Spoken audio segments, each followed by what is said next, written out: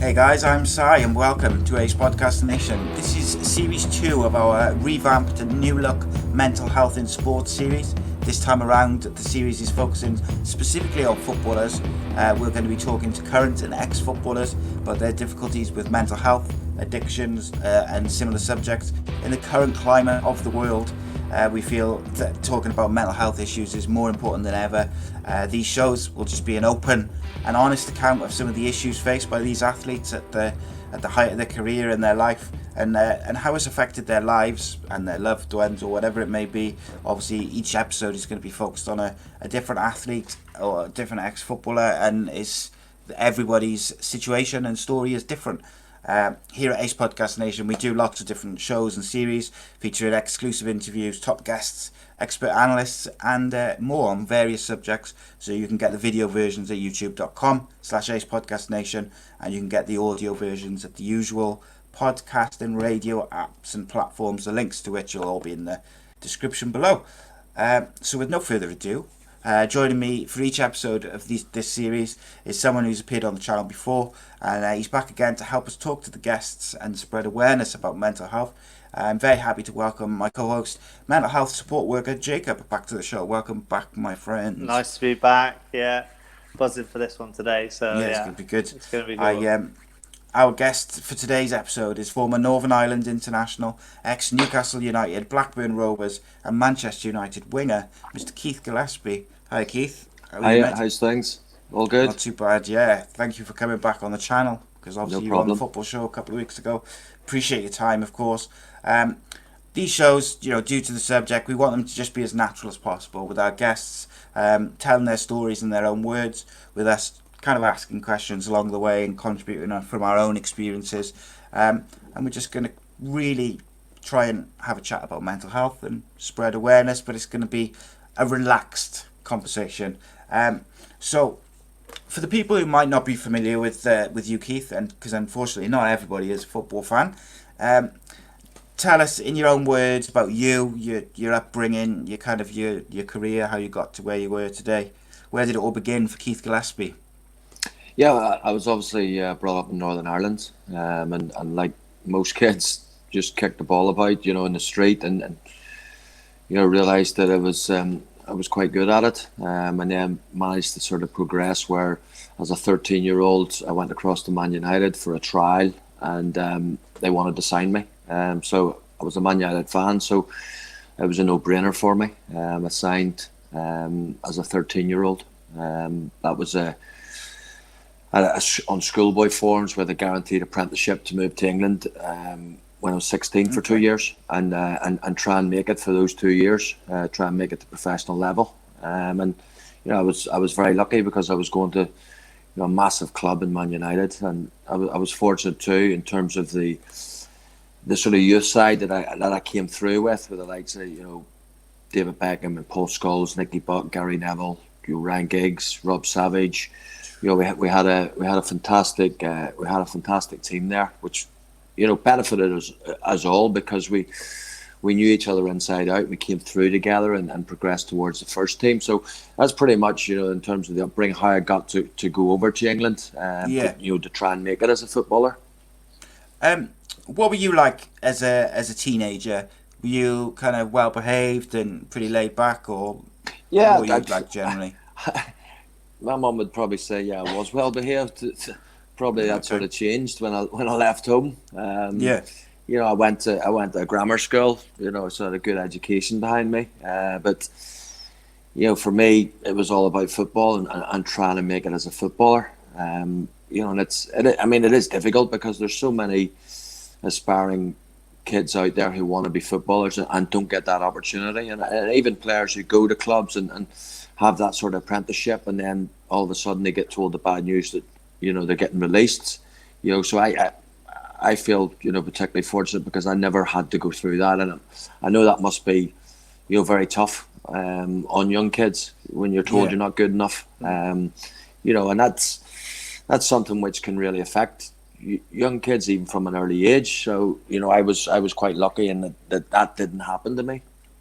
Yeah, I think in this series one of the things we're going to talk about a lot is like pressure and also rejection It's hard enough to take rejection as an adult, but as a young lad who wants to play football and wants to be the next, David Beckham or or whoever it may be, it's going to be difficult if you bounce around between academies.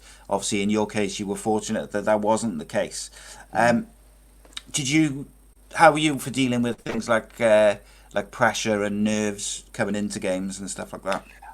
I think when you're younger, you don't really feel the pressure that much. It's sort of more as you get older, you feel the pressure. Yeah. There is some sort of pressure there because especially when you're trying to make it in the game and you're going out and playing, for Man United, all eyes are on you, at a big club like that. So it is important to perform. But I do think that generally a lot of footballers would say that they never really felt the pressure when they were younger, and it was more as they got older, which sounds quite strange because you sort of feel like as you get older, maybe it's easier to deal with the pressure. But yeah, of course, it doesn't really work out like that. So when you were coming into the professional game, sort of 17, 18, I think you made your debut for United at 17, I think it was. Yeah. What was the culture like off the pitch for you lads? Were you all, because obviously, like you said, some of the names in that youth team were just unbelievable. When you were away from training and playing, were you all very professional still, or was there kind of still a thing about going out for a drink and having a good time?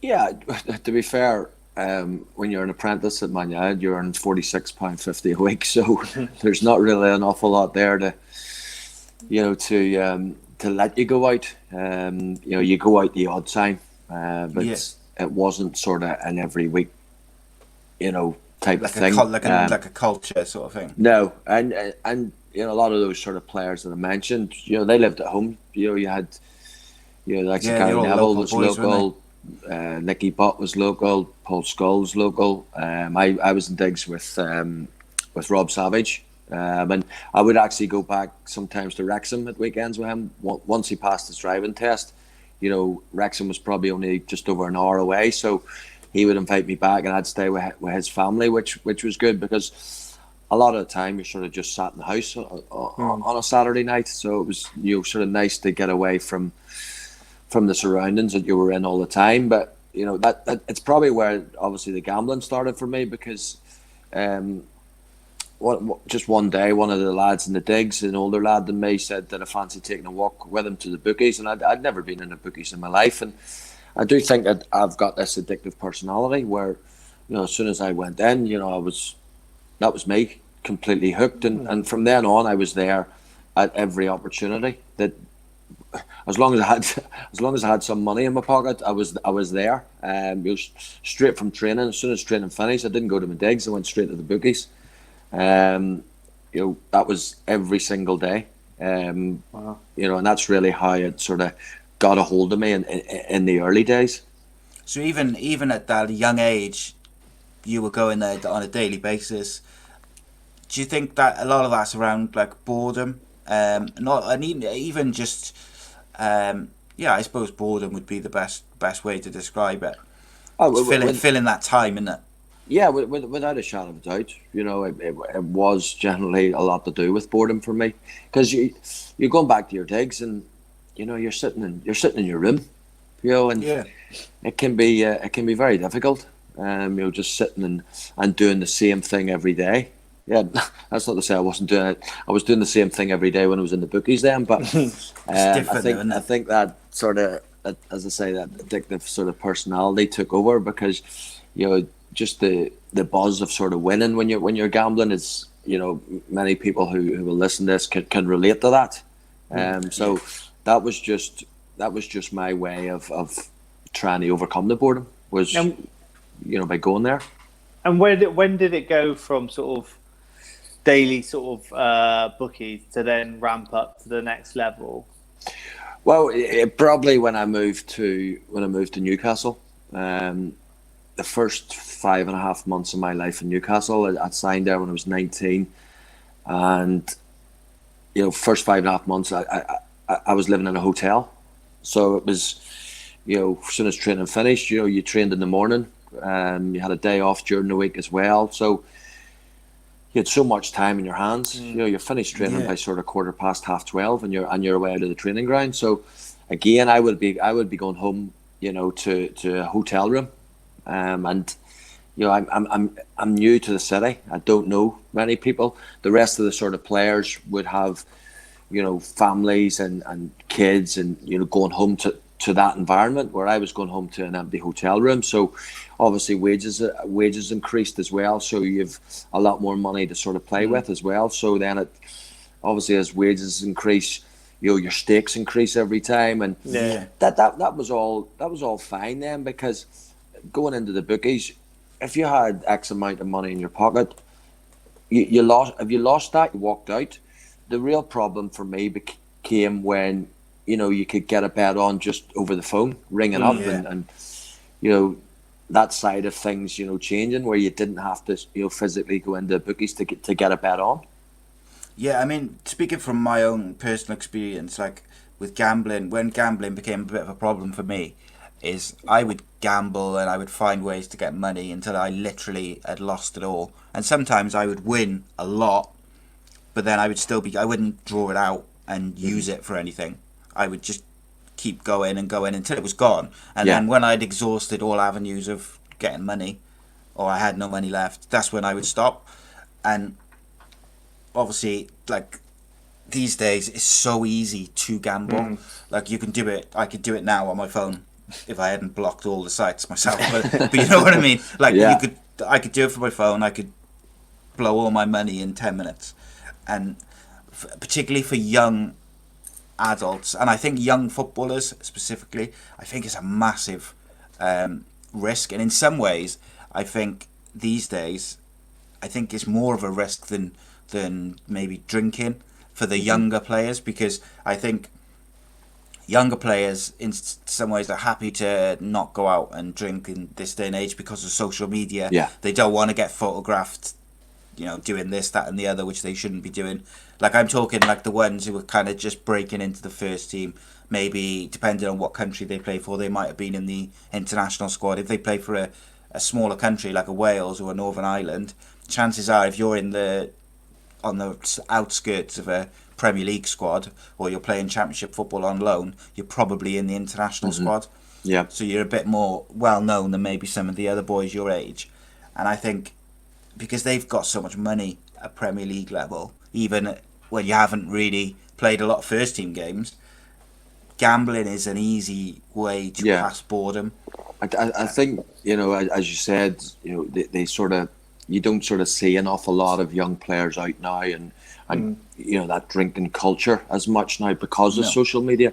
But with the gambling, nobody can ever know what you're doing in your own house, because you're picking up the phone and you're ringing up, putting a bet on, or typing a few things into your account, and you're good to go. And it's easy to keep that private, as opposed to the going out drinking and the social media side of things, where people are a lot of people are sort of out there to get these young people into trouble. I suppose in today's climate, clubs have closed, bars have closed with COVID, but the bookies are always running 24/7 online, and I suppose that's when we might see in 10 months, once these some players, they might be maybe doing the odd gambling before, but then with lockdown being on it every day, and so in the next 10 months we might be seeing a big push of sort of players going through. When you're at Newcastle, you're still quite young then. And I suppose you probably, maybe players around you go, well, he's a young guy. Did you have a family at that time? No, I didn't. So as I say, I went to Newcastle when I was 19, sort of January 1995. But the gambling then, as I say, because of my circumstances and a new city, and just the gambling became more and more. And then when I got my first, where I could ring up and put a bet on, back in October '95, I lost 47,000 in one afternoon, and then the following day I lost another 15,000. So sort of 62,000 in 2 days, and we're talking you know, it's a lot of money, but you know, back then it's even more, you know, because we're talking 25 years ago. That's gotta have a massive impact on your mental health because like when you've lost that money, there's no going back, there's no getting it back, it's gone, and you get this kind of sinking feeling, and that must have had an impact on you, like on your mental health. Well, it didn't affect my football, because for me, again, just being out there on a Saturday afternoon or just training, that was my only getting away from gambling. So that was all out of your head. So it didn't affect me. And I think that's just the character that I am, where I didn't let it affect me. You know, I was fortunate that, you know, you're playing professional football and you're earning good money. You know, so you know there's always going to be that good wage at the end of the week. And were you did you drink a lot, Keith? I would have socialised a bit. I would never ever have been a person who would drink in the house, and I never have been, because you know, it doesn't do anything for me. I need to be out socialising with people, and I've never ever kept drinking in the house. So that wouldn't have been an issue alongside the gambling. Like, you wouldn't have sort of gone from losing money to then drinking or things like that. No, not at all. I would never even have entered my head that, you know, I'll reach for the bottle here type of thing. You know, that was just something that, you know, I think most people would have known that I like to drink, but I like to drink at the right times and you know, being out with people and stuff. You know, and I mean, I sort of feel for people who are alcoholics, because, you know, there's times obviously you've had a drink and the next day and you're thinking, there's no way I could even have a drink today, and these people have these addictions where they just straight away going for the next drink, and you know, it must be a sort of horrendous illness to sort of live with. I suppose then, like, a couple of years on, you're with your wife, kids. Was there like struggles at the beginning, like with relationships, with them noticing the gambling?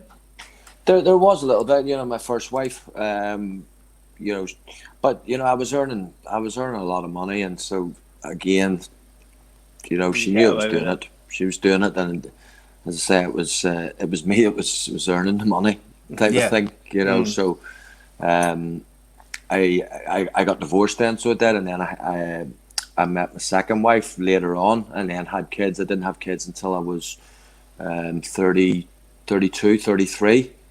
Had my first kid, so you know, that this was all going on all this time that I was gambling, and you know, she wasn't happy with it, so it would cause sort of quite a bit of friction at times. Did if you don't mind me asking, did the gambling have an impact on the end of that first relationship or that first marriage? No, definitely not. I mean, for me, it was a case that I was just too young. You know, I was 24. She was 21. You know, so it's very young, and you know that you sort of learn by your mistakes. So you do. You know, you should never have sort of got married so young, but you know, when you're that young age, you think you know everything. Oh yeah. And I suppose, sorry, mate, what would it, like with that gambling, what were some of the darkest moments that it sort of led you to that gambling? It was just something, you know, I wouldn't say, you know, dark times, you know, because there's times where you can win a lot of money, which I did at times, but you know, the reality is that the losers outweigh the wins, and as gamblers, bookies always win, don't they? Well, exactly, but as a gambler, you only ever want to talk about the wins. You never want to talk about the losers, you know, and that's just the way. That's the way every gambler will be. You know, they you know, they can come in and go, "Oh, won 10 grand last night," but they won't tell you about the 20 grand they lost the week before. You know, so that's just the way it is. I was going to ask you, was there anyone in your life who kind of noticed at any point, like, where, like, sort of say to you, you know, Keith, you know, is this gambling a bit of a problem, or are you doing that a bit too much, or, you know, lay off it or whatever? No, you see, being away from home, you know, my family would have been very unaware of it, you know, because again, you're doing this in the privacy of your own home, and nobody Nobody No one knows. was able to, yeah. Nobody ever knows what goes on behind closed doors. So, I never divulged that much to many people. People knew I liked to bet, but they obviously didn't know to what extent and in terms of the figures that I was actually betting. What about things like you hear about like card schools on international duty and things like that? Was that anything which you ever used to get involved in, that sort of thing? Yeah, we had card schools. In Newcastle. We had such long journeys, so it did from obviously the northeast to London and places like Southampton and all. So you'd be on a bus on a Friday afternoon for a Saturday game. You'd be on a bus, for 5.5 hours. And there would be a card school, and there'd be a lot of money won and lost on that card school. And again, when you're away with Northern Ireland, you away for double headers at times, and you're away for 10 days, and again, there's not an awful lot you can do after training, because you're preparing for a game. So you end up you're sitting in somebody's room and you're playing cards all night. Who was some of the big betters in the Newcastle squad?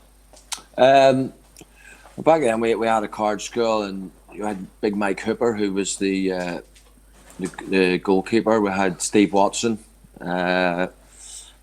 Malcolm Allen, Welsh lad, would have played a bit. This was in the early days. Rule Fox would have played. Myself. There used to be quite a few of us would have played, and then later on, after a while, we didn't do it as much then, and we ended up, we had a Hearts school, and we played for very, very little money, but it was still enjoyable because it passed the journey. You'd play with Alan Shearer and Rob Lee and John Beresford, myself, just to pass the time, because as I say, it can be very long, tedious journeys, sitting on a bus all the time. Oh yeah, I can imagine it's like boredom being a massive part of it, and just trying to find something to occupy your mind and kind of keep past the time. Do you I forget, and I don't want to misquote it, but I remember a couple of years ago there was like this thing in one of the papers, which you can't always believe, about some England players on duty, but they'd had a card school, and one of the players had owed another player like a lot of money from it.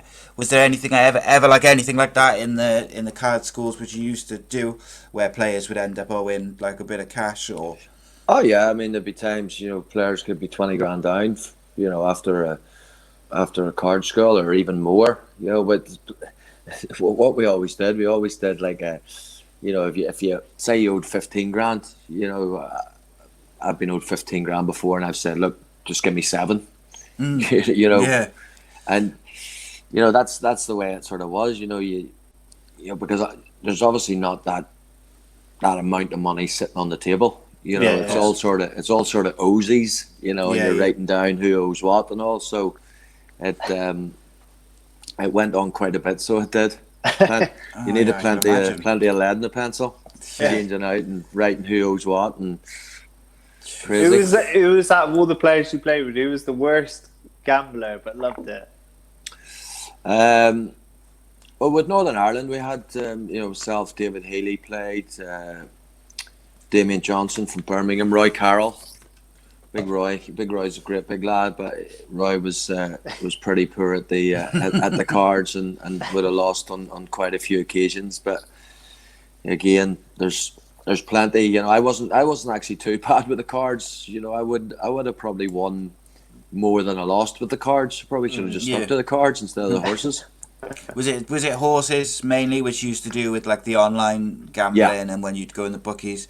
It's again from personal experience, I know just how quick it is with horses. Like you can get kind of, I don't know, it's like weird. Like from my personal experience, very quickly, I started off where my friend said, "Oh, I know this guy who does tips," and he said, "Oh, do it for Cheltenham.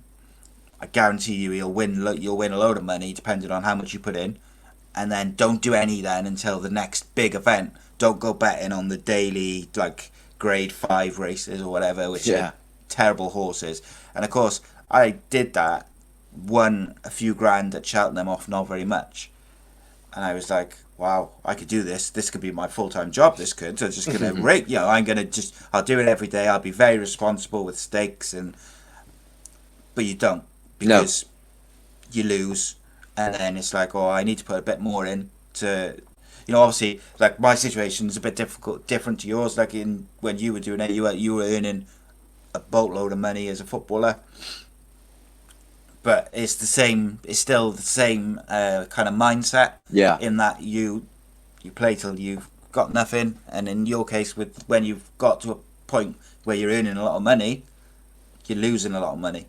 Because the bookies always win. Exactly. Why that's why you'd never see bookies closing down, but you'll see pubs closing down and other. I think when you're actually in the bookies, and you could have a race going off at 2:00. You could have a dog race going off at 2:02. You could have another horse race going off at 2:05, another one at 2:10. And when I used to be in the bookies, I used to have them all written out already, and I'd be sitting with 5 or 6 in my hand, and waiting on them, and then. You can maybe win one, but you don't even get time to enjoy the win because you're already looking at the next one, trying to write out what you're going to back next. And for those people who are probably listening, who've never met someone with addictive personality or gambled, who's struggling to identify with how do you explain that hold that addiction with gambling that has over someone? I don't know. It's just something that takes over. And again, I know for a fact that there's times, you have £100 horse, you have £1,000 horse, £10 horse. You get the same feeling no matter what it is. It's just the actual buzz of winning. And it doesn't matter how much you're actually going to win. You just get a buzz from winning, and it's just something that completely takes over. I suppose it's that chase for the buzz then. Yes. Exactly. That's exactly what it is. As I said, it doesn't matter, what you have on it. It's just the actual thrill and the buzz of getting that winner. Yeah, the chase, the adrenaline of the winner. Yeah. But then, like you say, you almost don't get the chance to enjoy it because you're already looking to the next bet, and it could be never ending. Like, for you, do you look, with hindsight, do you look back and do you think there was ever any points where maybe other people could help you, or a football club could have kind of helped you at any point? Or do you think because of the nature of gambling and it being so easy to keep private, that there was never really an opportunity for anyone else to sort of step in and maybe help you out? No, definitely not. Because it is so accessible. To be able to put bets on, and even when it became sort of front page headlines, when I was at Newcastle, and they'd sort of front page was I'd lost sort of 47,000 in one day. The club knew this and spoke to me about it, but that was it. That was all that was done. Then there was no you need to go and seek help here or anything like that there, and for a good couple of months, I stayed away. I actually stayed away from the bookies then because it was sort of, Newcastle's a bit of a goldfish bowl, and people would have seen me get into the bookies. So now I'd closed the account down where I could ring up, and so the only way I was getting a bet on is if I went into the bookies, and people would have seen me, and then that would have been all over town again. So. I never. I stayed away for a couple of months, but I always knew I would go back. And I opened the account again, and then you're back into it again. Start the cycle. Yeah. Just with going back to that, with when you were on the front page of the news, do you think with Newcastle, like, they saw it more as like a disciplinary issue to you as a player, as opposed to maybe looking at it like, oh, hang on, he's like a young lad, he's in Newcastle or whatever, and he's lost a lot of money. Should we see if he needs maybe a bit of help, or whatever like their duty of care sort of thing? Yeah, I think just looking back, maybe so, but I don't think in terms of gambling back then it wasn't the sort of that topic that was spoke about as much as it is now. You could say the same about mental health. In terms of how we've sort of progressed with things. It's spoke about more now. The mental health side of things.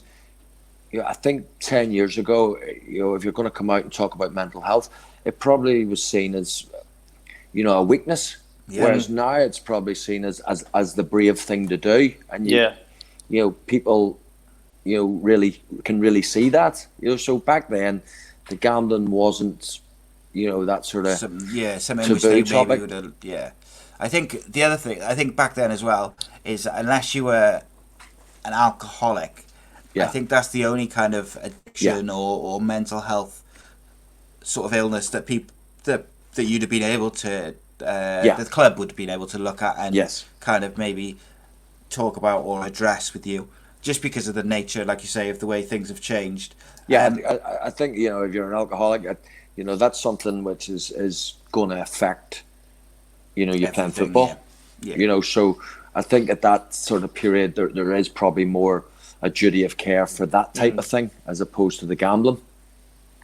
Yeah, I think so. What was the point whereby... sorry, actually, going back quickly. That newspaper article, how did they find out, or how did they get that story? Do you know? The bookie who I was betting with had sold the story to the newspaper, so... That's bizarre, that is. So it was like, I mean, it was front page of the Sun, and I've got the Sun, knocking on my front door, and I'm opening the door, and there's a cameraman, a guy with a camera. I didn't even see him, and he's able to get a snap of me at the same time and everything, and then there it is in the paper the next day. Was that like a stressful time, like having media turn up at your door and stuff? Oh yeah, of course, because. I mean, for me, it's because of the figures at the time. 62,000 in 2 days. You gotta look and go, well, I actually have to earn 100 grand for that 60. When you take into account 40% tax. And it's more the sort of embarrassment of it. Then I'm having to ring home to explain that this story's going into the newspapers, and that's it's a hell of a lot of money. Harrowing phone call as well. Yeah, exactly. It's a tough phone call to when I had to phone my mum to make her aware that this was going in. I didn't want her picking up the paper blind and sort of all of a sudden. So I had to make that phone call. So that was probably the hardest part. What was your mum and your family's reaction to the kind of finding out that you'd lost that much money? Yeah, well, I remember making the phone call, and I said, there's a story going in the paper, and I've lost a lot of money. And she's saying, how much? And I says, a lot. And she goes, well, 10,000. And I'm going, no, more. And I didn't actually I didn't really get the figure. I didn't want to say just the figure. It was more. And she went 20. I said more, 30 more. And then soon I got the 60, and she went, oh, son. And I was like, well, 62,000 actually, but. It was just a really difficult sort of phone call to make. Something that most 20-year-olds would never have to make. Yeah, of course. Yeah. Was that the beginning of like you heading towards kind of rock bottom in terms of the gambling? Do you think? No, because I as I say, I stayed away from it for a while, but then I went back to it, and then. Continued doing it throughout the rest of my career. Did you go back harder than you did before in terms of the amounts and the amount of time you were doing it? Yeah, well, I suppose then even when I would go from Newcastle to Blackburn, and the wages are increasing again. I remember signing for Blackburn, and you get a sign-on fee of, I think it was 875,000. And you're earning sort of 15 grand a week. So the money is there, so you're all when you have more money to play with, you're going to bet with more. So it probably was worse then. With Blackburn, so you've like you say, you've gambled all the way through your career, right up to, and like I know you're still playing with FC Mind, but. When your kind of professional career finished, if you like, were you still gambling right up to that last day? No, I wasn't then. Because I then had a family, and I couldn't sustain it. Yeah. And I was able to sort of just stop myself And I realised then that a lot of it was just, down to the boredom a lot of times of doing nothing in afternoons. It was just so easy to get a bet on. I think it's very important now for young players to have something, in the afternoon where they are, not going to be tempted, the way I was, because, I wasn't interested in doing anything else. I wasn't interested in taking up golf or what have you. That was what I wanted to do, and there is so much spare time for young players, and they need something to sort of just stimulate their mind at times. I'd like to think that clubs would help try and guide the young players in terms of helping them find ways to fill their time. Like, I know they can't be mollycoddled, if you like, and every minute of their day managed, but you can talk. Clubs can talk to these young guys, and they can say, look, there's dangers there, and they do like the tick box of every year. Someone come in and talk about gambling. I think that's sorry, mate, just to go on to what you were saying, then I think it's more important. So, like with a coach, they might, young players like 16, 17, 18, they almost view it as like a teacher telling them what to do. Whereas if you get people like yourself or David Cottrell or Scott Davis is a non-league footballer who's done a lot of great work, where he was a really highly rated youngster at a Premier League club, and he got into like gambling and drinking at a very young, like before he'd broken into the first team, and his career nosedived because of it, and he ended up not even making that jump to the first team because of his issues. And he does a lot of work going around speaking to academies and academy players. And my point was that I think academy players and younger players will probably respond more and listen more to guys like yourself and the guys I mentioned than they would maybe a coach who they view as like a teacher or a boss. Well, I suppose being there and got the T-shirt. I was lucky enough to spend many years in England playing football, but they obviously had problems along the way, and it's important that it is highlighted, and it's important that people like myself and others can sort of speak out, because I think, as you say, being in that sort of environment and that profile where people will listen to you more because you have actually been there and done that. Yeah, 100%. So you just circling back a little bit. You said about you made yourself stop, and you kind of, it was like your decision, and you just stopped because you couldn't sustain it. Was there like one specific kind of incident which said, right, no, enough's enough. That's like I've gone too far, or I've lost too much, or was it just a general combination of sustainability and also just the general effect it was having on you? Yeah, I think just the general effect it was having, and obviously married with a young kid as well. So your priorities change, and you've got somebody to care for now, and that can sort of change your whole mindset of everything when you have your first kid. Sorry, go ahead. Sorry. Did you notice, like, when you had them retired and obviously your kids are a bit older and you've got that more time on your hand, those thoughts coming back of maybe I could pick it back up, or? No, I honestly didn't. And I would say I'd probably do have a strong mindset in that, because I think in terms of what I went through with the gambling, most people would have had to gone and sought help. And I was just able to deal with that problem myself and come out the other side. Brilliant. Yeah, I think that it shows just real strong mindset, because I know you said about like you had responsibilities, you had your family to care for, which I fully understand that, but in some cases for people, even though they've got that, they still can't control it, and they still end up gambling and doing things and creating situations which, even though they know we need this money to pay the bills, or we need this money for little Jimmy's school trip, whatever it may be, they can't stop themselves. Yeah. And like, I had a little bit of that. Luckily, like, I was lucky that I never kind of really, did anything too bad.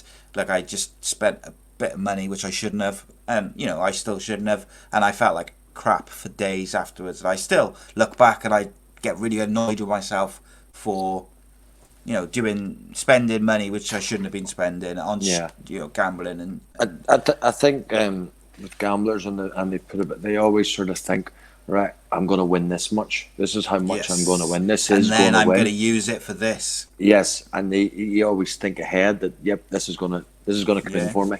And then it doesn't, and then you got the problems. Oh yes, I know you've spoken, quite publicly about the wanting more people to talk about mental health awareness, particularly young men. What instigated that mind, or that thought process for you, that you wanted to encourage people to discuss mental health?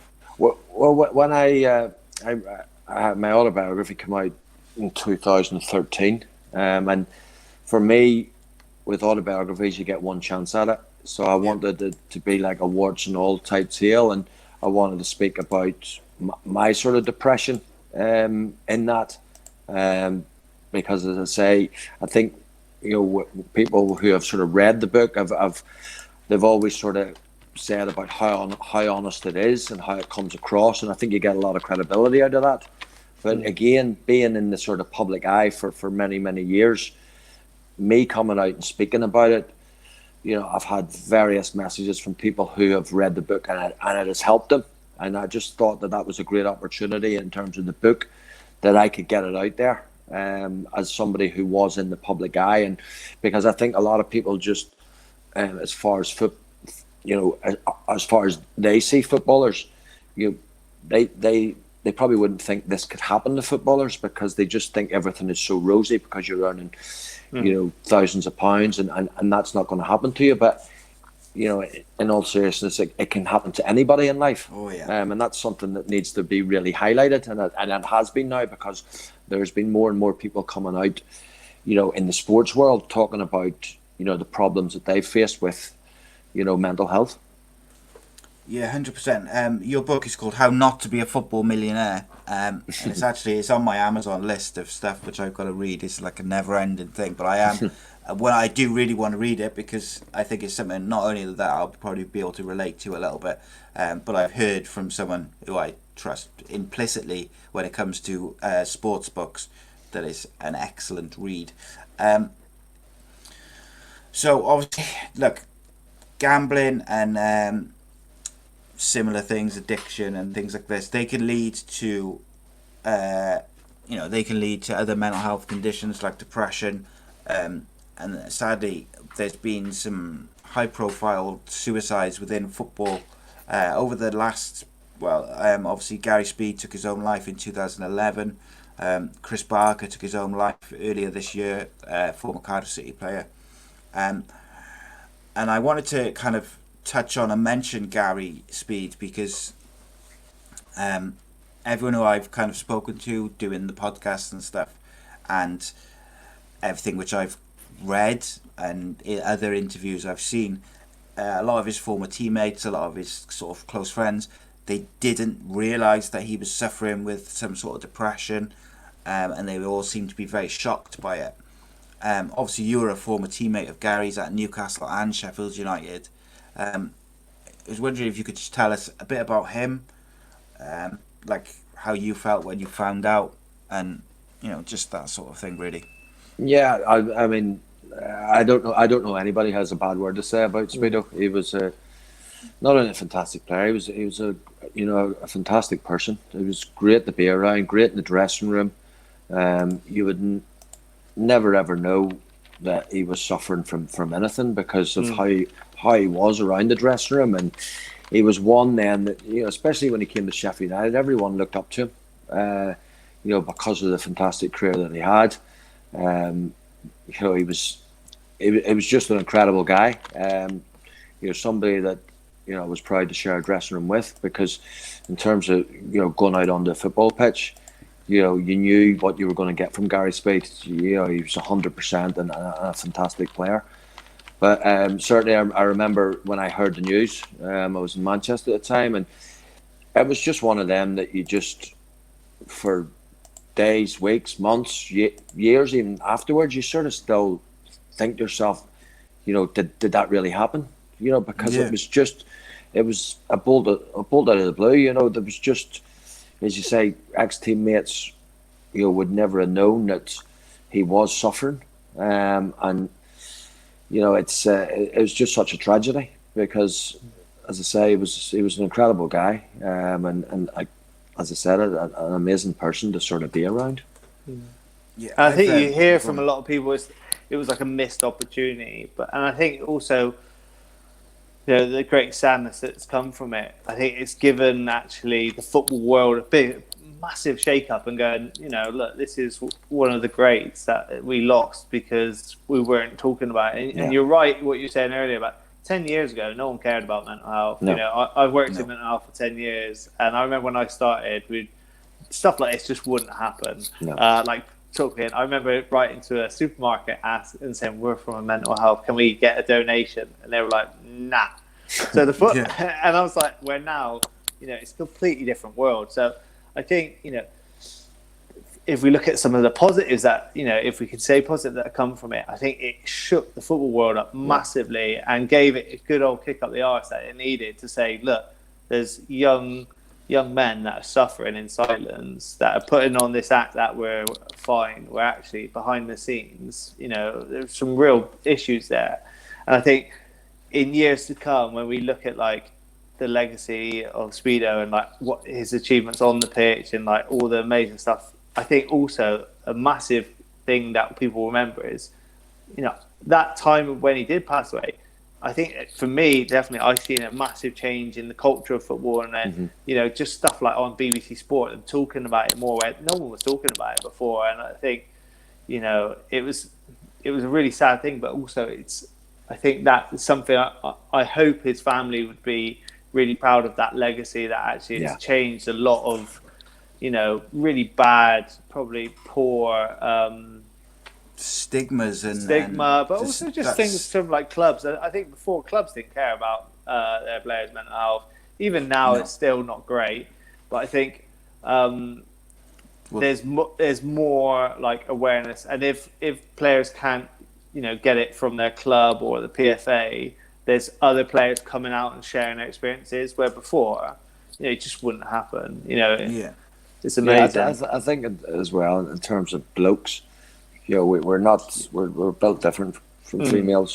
Females will share their problems a lot more than what we will. But I think now with if you can get blokes coming out and talking about it, people can see that there is help out there. There is people to talk to, and people sort of get into this sort of situation, blokes especially, where they just keep everything in their heads, and they don't, bring it out, the problems that they're having. And I think as soon as you actually do speak for that first time, the release off your shoulders is incredible. And as I say, it's important that, as many people speak out as possible, because it is, something that is being talked about more and more on a regular basis.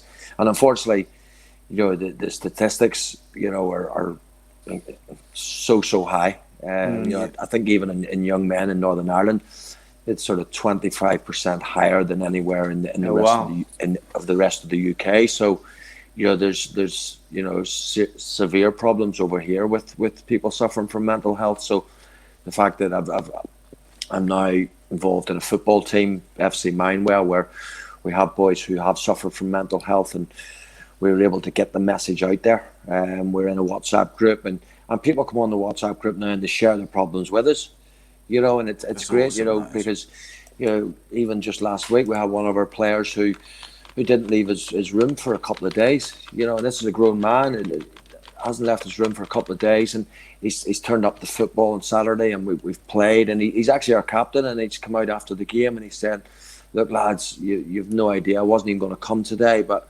just thank you so much for letting me be a part of this.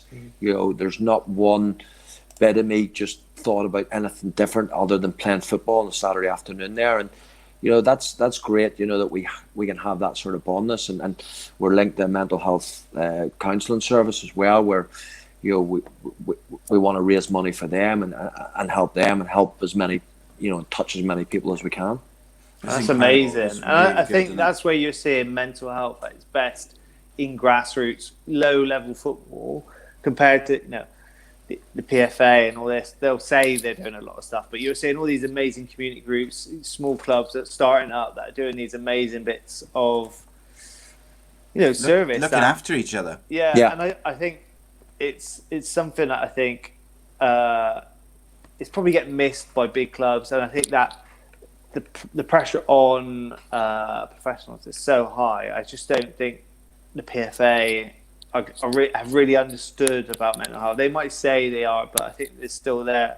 But There's work to be done. I think when there's a big group of fans that they'll have this belief of football. Footballer should be earning this. They're entitled. They've got a great life. They've got nothing to moan about.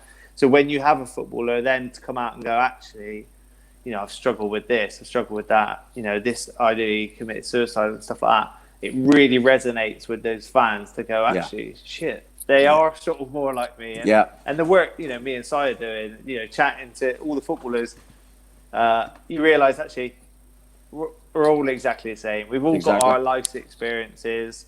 And once you sort of knock down that barrier and go, we're all men, sort of get bumbling through life, making decisions wrong or rightly, and hopefully learning from that. And I think once you can start doing that pieces of work, I think especially more fans can enrich themselves and go, okay, I get it now. I get, maybe that is why that person struggles, or maybe I am struggling and I just didn't realise. Yeah, I think the fact that the three of us are sitting here now, three guys talking about it, and wouldn't have happened 10 years ago. Plenty of people will come across this who maybe are suffering a little bit in their head with a little bit of depression, and what do they do next? And the fact that we're sitting here talking, hopefully that will help as many people as possible. Absolutely. Speak to somebody, and get that help that they need. Yeah, and if someone's stuck in that cycle of gambling as well, is that they can hear yourself and me a little bit talk about being stuck in that cycle and getting out of it. Yeah, I help. That's the aim of the whole series with this is talking to people about their experiences. And if me and Jacob have talked, we're happy if we can reach one person. Yeah, and they can understand. Look, they're not on their own, and there is a way out, and there is, it's not all kind of doom and gloom because they're stuck in this cycle of whether it's gambling or drinking or they're just suffering with a mental health condition. Mm-hmm. That's the aim. Yeah. Absolutely. And it just takes more of us to do it. And just to put it into perspective, going quickly back to suicides, I don't know if you're familiar with James English. He's got a podcast. He's a Scottish guy who's got a podcast. It's one of the biggest podcasts in the UK. He has various guests and stuff, but he put a little clip on Instagram the other day, and he said in the last month, the amount of deaths to COVID-19 compared to the amount of deaths to suicide is actually higher. Yeah, I did. And when you think about the fact that all the restrictions and various things to try and stop this spread of a pandemic is going on, let's try and stop the pandemic of suicides in young people, particularly young men. Exactly. And that's what I feel like anyway. Okay, I'm going to close this up there, but Keith, thank you so much, mate, for speaking so honestly about the issues you've had and just giving us an hour of your time. You really, I enjoy speaking to you, as I said to you before, but obviously with this subject it's a little bit different. But I hope, like I say, we can reach some people and spread the word and keep getting more and more people to talk about it. And Jacob, as always, thank you very much. I loved it. I was just thinking we're going to have to get me and Si up there for a friendly. Yeah, absolutely. I'll have to referee. I got walking stick. Oh, come on, excuses. Got a walking stick, man. But my legs are struggling as well, so I can't get about the pitch anymore. Yes. So lastly, I'd like to finish the shows off just by saying that if anyone watching or listening is, if you or your family member is battling an addiction or they're struggling with mental health, just know that you're not alone. We're all in it together, and you can get through it. You know, reach out to people, whether it's professionals or friends or families, and talk to someone. As a good friend of mine says, keep on keeping on. And I'll drop links to all our social medias in the below post, and I'll also drop the links to the Mind Mental Health charity and the Facebook page for FC Mindwell as well, so people can have a look at that. Nice. And we'll be back next Sunday for another episode of A.C.E Podcast Nation's Mental Health and Sport Series 2. Spread the word, remember, be kind, and hashtag don't be a dick.